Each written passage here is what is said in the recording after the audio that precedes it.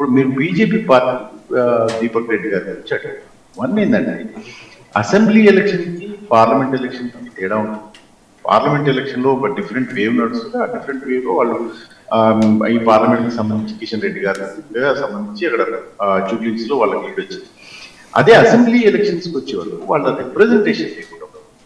రెండోది మొదటి నుంచే వాళ్ళు కింద పడేసేది, మొదటి నుంచే వాళ్ళ కాడ కింద పడేసేది ఇప్పుడు బీజేపీ పార్టీ.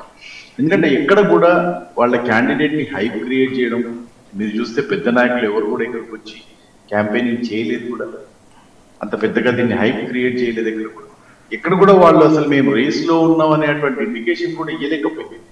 సో అది ఒకటి.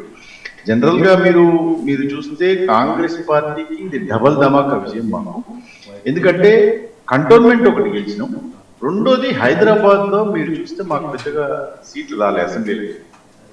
మేము ఇప్పుడు సెంటర్ లో జెండా బాధ. సో దీని రిఫ్లెక్షన్స్ అనేది ఉంటుంది. ఎందుకు దీని రిఫ్లెక్షన్స్ ఉంటాయంటే రేపు జిహెచ్ఎంసీ ఎలక్షన్స్ లో కాంగ్రెస్ పార్టీ డెఫినెట్ గా